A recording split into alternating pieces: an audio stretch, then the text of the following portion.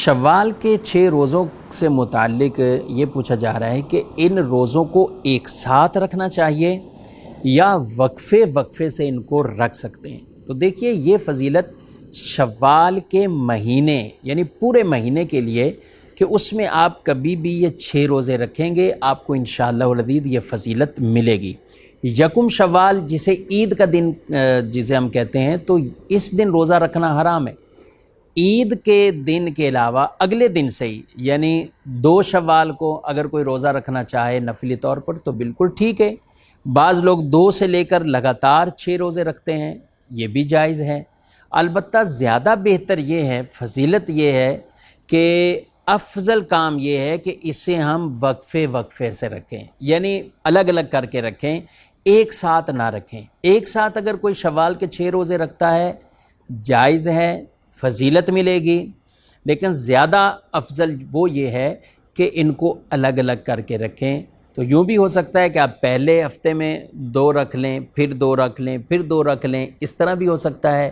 یا جیسے ویسے بھی پیر شریف کا روزہ رکھنا سنت مبارکہ ہے تو آپ شوال المکرم کے 4 پیر میں آپ نے روزہ رکھ لیا، 7 جمعرات میں رکھ لیا، تو اس طرح آپ کو فضیلت شوال المکرم کے وہ روزوں کی بھی مل جائے گی، اور اس نیت کے ساتھ یوں آپ ان روزوں کو آپ رکھیے۔ بعض لوگ سمجھتے ہیں کہ شاید ہم اپنی قضا جو روزے یا عورتوں پر بالخصوص جو قضا ہوتے ہیں روزے ان کے اندر شوال کے یہ 6 روزے بھی شامل ہو جاتے ہیں، تو ایسا نہیں ہے۔ قضا روزے جدا ہیں، شوال کے جو روزے آپ نے 6 رکھنے ہیں وہ جدا طور پر آپ نے رکھنے ہیں، وہ نفلی طور پر ہے۔